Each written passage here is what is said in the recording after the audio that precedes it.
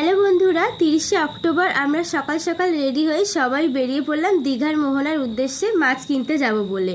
তো এই যে ইলিশ মাছ কেনার খুবই ইচ্ছে ছিল, তাই একটা মাছ দেখছিলাম আর মাছের ফুলকাটা বেশ টাটকা দেখে আমি আমার বরকে ডাকতে গেলাম, কিন্তু এদিকে মা ভুল করে তার পাশের দোকান থেকে একটা ইলিশ মাছ কিনে ফেললো। আর তখন যখন মাছটার ভিডিও করছিলাম তখন এই দাদাটা ভিডিও করতে দিচ্ছিল না, বললো যে তোমরা তোমাদের মাছের ভিডিও করো, আমাদের করো না। বেশ ভালো কথা। তখন বললাম আগের মাছের ভিডিওটা তো করতে দিল, তাহলে এটা কেন দিচ্ছ না? তাহলে নিশ্চয়ই মা ভুল করে পাশের দোকানে এসছে, কোনো কারণে ভুল করে এই যে দাদাটা দেখছো আমার ক্যামেরায় উঠে যায়। তো ভিডিওটা পোস্ট করছি এই কারণেই, কারণ এত টাকা দিয়ে মাছ কিনেছি, গায়ে তো লাগবেই। তো মাছটা ছিল খুবই পচা, তো এর জন্যই বেশি করে গায়ে লাগছে।